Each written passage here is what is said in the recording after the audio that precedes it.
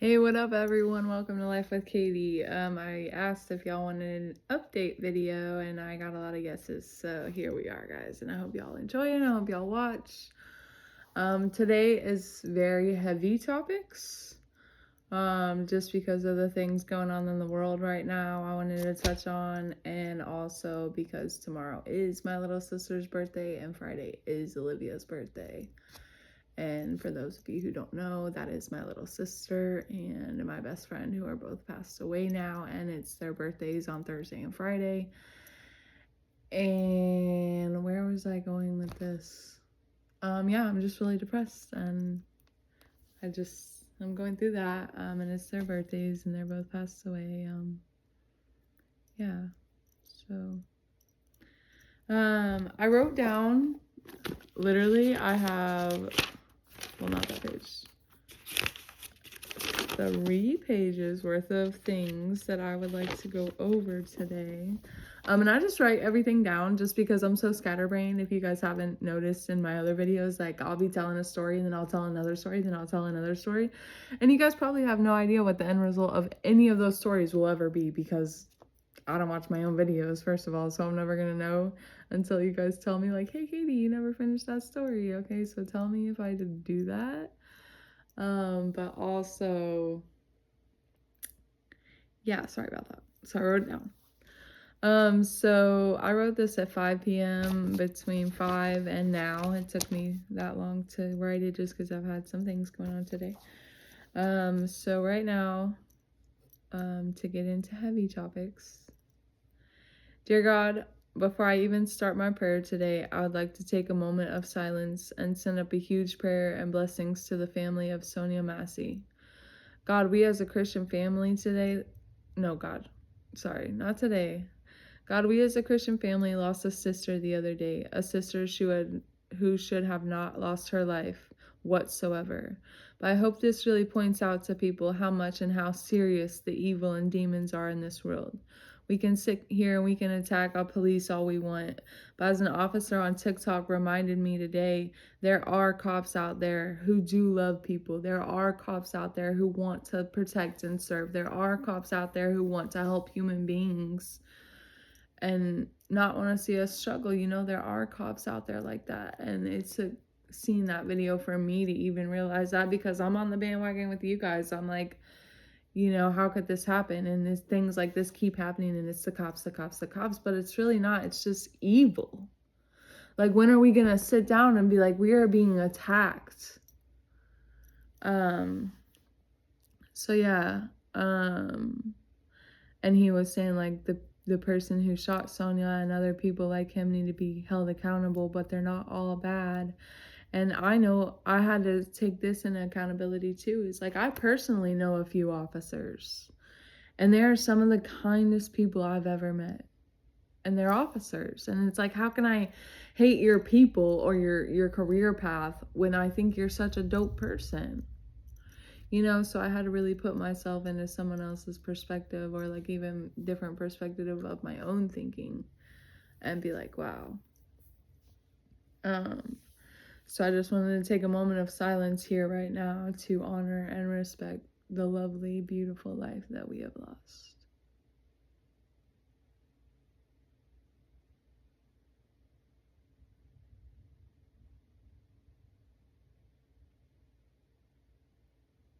Thank you, Jesus. Now on to today's topic, loved ones, and how does Katie handle death and grief? For the longest time after Olivia passed away, I had this burning hatred towards God, and for God. Like, I wanted nothing to do with him. And I knew he was real. I knew he was there. There was never a moment in time where I was like, oh, I don't believe because he took them away. Like, no, I fully believed. I knew there was a God. I just hated him. I had this burning hatred for and towards God, and I felt this way because in the weeks and days before Olivia's passing, I prayed and begged God. I begged, guys, on my hands and knees, begging, sobbing, praying, screaming, begging God to let me trade places with her. And I would tell him, because she had a heart problem and she had something wrong with her brain and like she had these health issues. And I would pray and I would be like, God, just give her my heart, give her my brain, give her my health, give her my comfort, give her my peace, give her my joy, give her everything. Just let her stay alive. I was praying and praying and, and I was praying like this because she had kids. She has kids and she had a reason to be here. And I believed that I did not have a reason to be here. So I wanted to trade my life for hers, kind of thing. I pleaded to him, and she passed away despite my prayers and my hopes. So I did everything in my life and in my power to spite God. I became a very severe alcoholic who truly refused to admit she had a problem with alcohol. It was like this for a while, and during that addiction, I up and moved my life to Illinois, where Olivia was from, because I felt guilty for not doing it before she left. So I thought it would solve all my problems, and I'd live this life so close to her, and it was going to be great. However, when I moved, I was in very serious addiction. I was in very serious alcohol addiction, so I should not have made that decision. But I did. And in that decision, I was still telling myself it's not a problem. I'm just grieving. I'm just drinking to grieve. And then it became to the point where I began to self-harm again. And I destroyed a very kind person who loved me and only wanted to help me. And that part is true. And when I go through the steps, this is a person that I'm really going to have to make amends to. And they probably might never forgive me for the rest of my life or their life, but I at least need to let them know that I acknowledge what wrong I have done to them. And though that was never my want or my intention, it happened, and I have to take responsibility and accountability for my actions and the way that I destroyed him and hurt him. And all he ever wanted to do was love me. So, and I kept telling myself I'm in the right because I'm grieving. I'm doing all this shit because I'm grieving 2 years later. And then that wasn't even enough, so I started doing snow, which if you know, you know, right? So that also became a very severe addiction for me for about 2 years. So a total of 4 years drinking straight liquor, as well as doing a gram of snow in a night, a couple times a week. That's how I grieved. And then I lost my sister, and I decided to go back to church to maybe help me deal different. And it did help. It helped me immensely, guys, until I stopped going. Until I stopped reaching out. And the drugs and alcohol took over. But it was harder this time. It was deeper. It was more of a hold this time. And it came to a point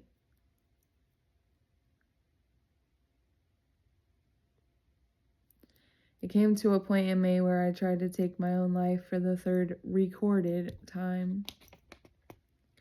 While I was in the hospital, psych ward, I was in detox and stuff. So when I got out, I was thinking, okay, this is going to be easy. I can be sober. I've done it for the 2 weeks, Still though, I wasn't an alcoholic.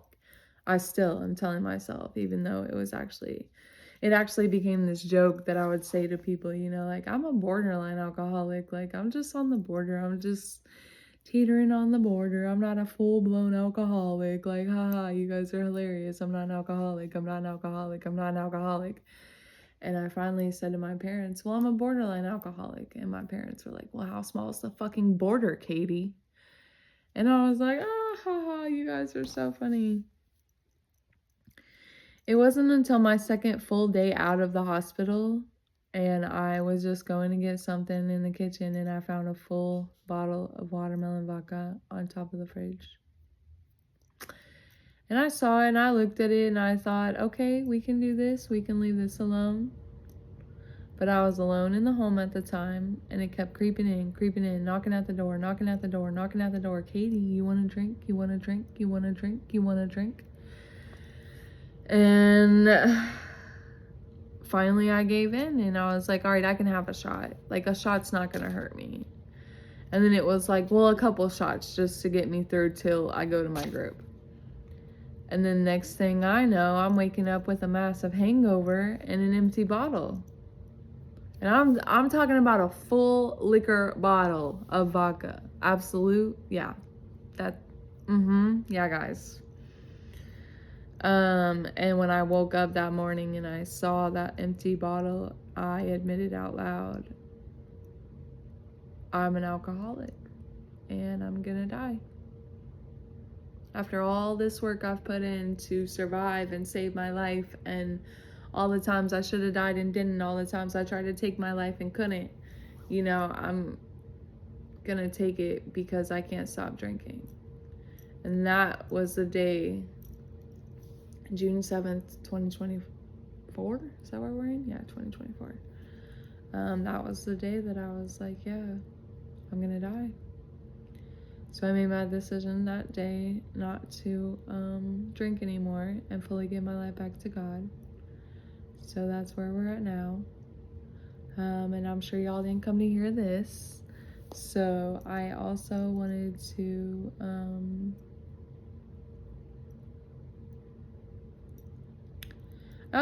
say something that my pastor told me when I first started going after Avery passed away.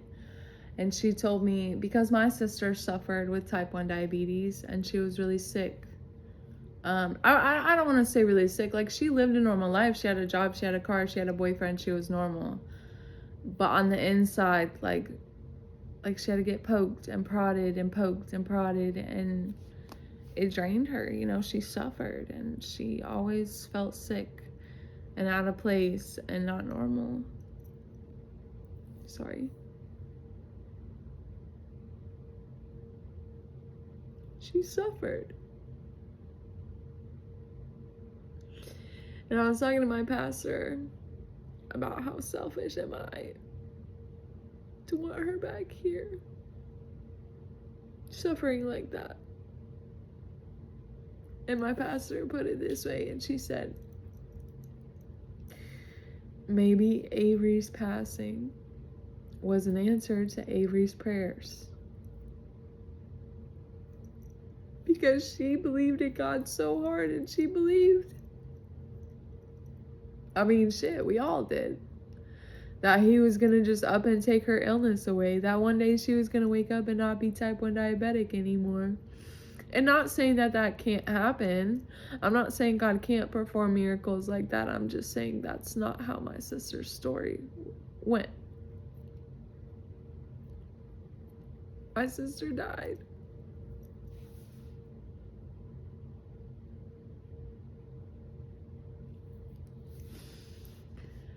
But it was an answer to her prayers to end her suffering. That hit me powerfully. She prayed to God to take her illness, to take her suffering, to take her pain. And God took it all.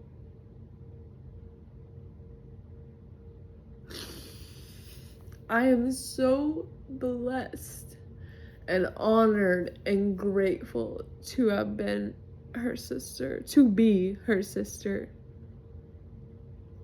and the little family of siblings that we have. Speaking of siblings, I really just wanted to shout out my young siblings. Jacob, for being totally awesome, even though he thinks he's weird. Love you to death, lil bro. That's literally what I have you saved in my phone as, Lil Bro J with an alien face. If you ever watch this, I don't know if you'll ever watch this video, but and then Cooper and Mia, my day one, A1 day ones, whatever the fuck, however y'all say that saying, like, Cooper and Mia, y'all are my rocks. Y'all are my entire life. I couldn't do this without you. I don't know what I would do without you. Getting through this journey together has been really hard and heartbreaking, and Just really difficult, but I wouldn't want to do it with anybody other than you two. So, love y'all to death. I did it. And I just want to say like how grateful I am to like new friends, and old ones. You know, I have a few old ones that are still real ones. And you know who you are, so thank you, and I love you to death. I'm a little tired.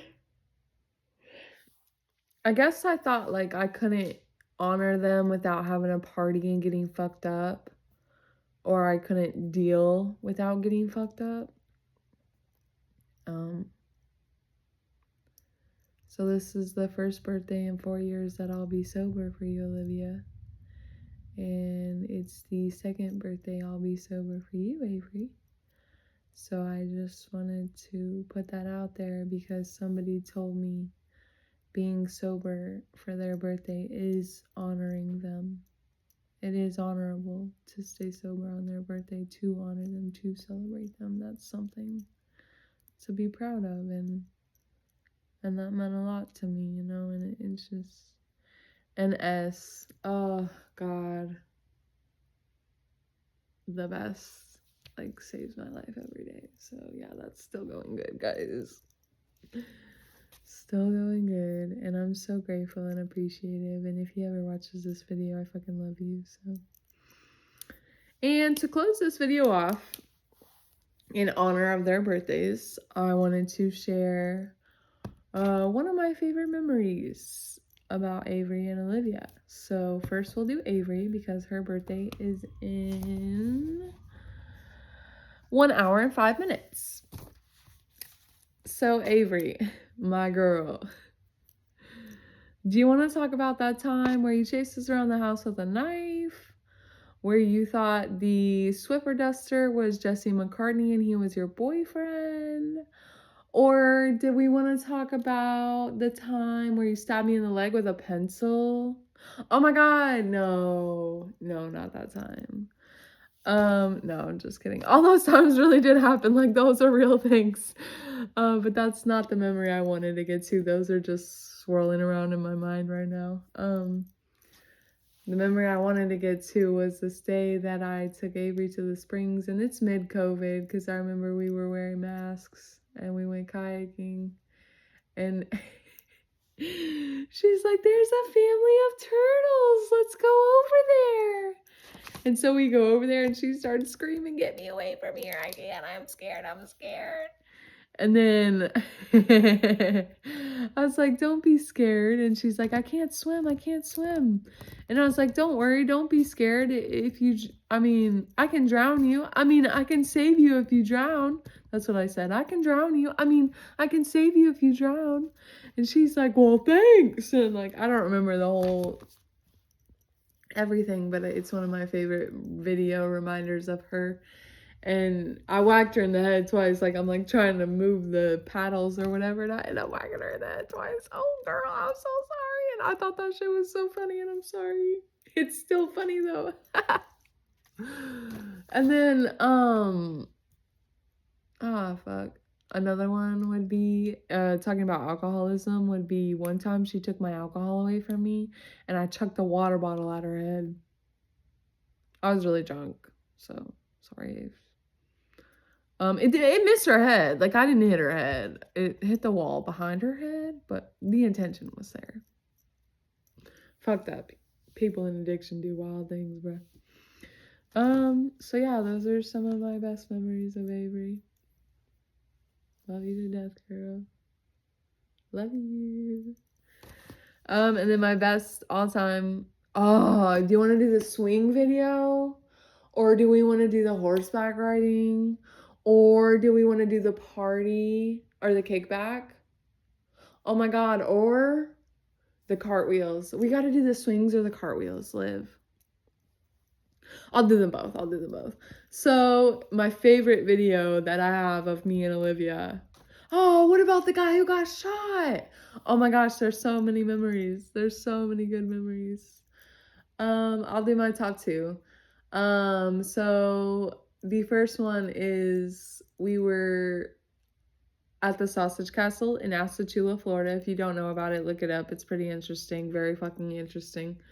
Yeah, that's all I gotta say about that. So we were there and we're in Mike Busey's room and we're like on the swing or whatever, like extra exclusive. No, we're not cool. It's not like that. Like I just knew somebody who knew somebody.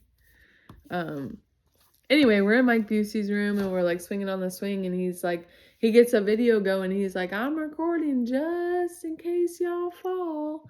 And then boom, you see Olivia, like you can see the video. If you play it in slow motion, she kind of leans to the side and boom, we both teeter off the swing. And he's like, holy shit, did that just happen? My friend Courtney. And we're, oh my God, we're just dying laughing. And Liv's like, that hurt. And I'm like, oh my God, like trying to rush us out of the room because how fucking embarrassing is that? So yeah, I love that memory of us, girl. And then another one is, my favorite memory of all time is the very first time I flew out to see Olivia no, the second time because the first time her brother was there. Second time I flew out to see Olivia in person was for her 21st birthday. And I remember I fucked up a lot that week. But a good memory from that week is we had a bottle of Smirnoff vodka watermelon, like a huge bottle of it. And we drank like half of it. And then, oh no, that's a different story. Okay, so the story I'm trying to tell, like I was at Olivia's house and it was storming really bad. And we're like, we want to go outside, but she was married and her husband was like, no, y'all aren't going out in the storm. Y'all are not going out in the storm. Y'all are not going out in the storm. And finally we convinced him to let us go out in the storm and we went out in the storm and Liv's like dancing in the rain. We're like having the best time, living our best lives. And she like starts doing fucking cartwheels in the middle of a storm. And I just remember her being so free and it was exhilarating. And I love that feeling. And I miss her. And I miss Avery. And I miss you. So yeah, that's what I got for story time today. So thank y'all for going on this emotional roller coaster with me. Happy birthday, Avery. Happy birthday, Olivia. And thank you guys for watching and supporting. If you see this today and tomorrow, no. If you see this Thursday the 25th and Friday the 26th, please just shoot up a little prayer to Avery and Olivia and wish them happy birthday for me. Thanks, guys. Bye.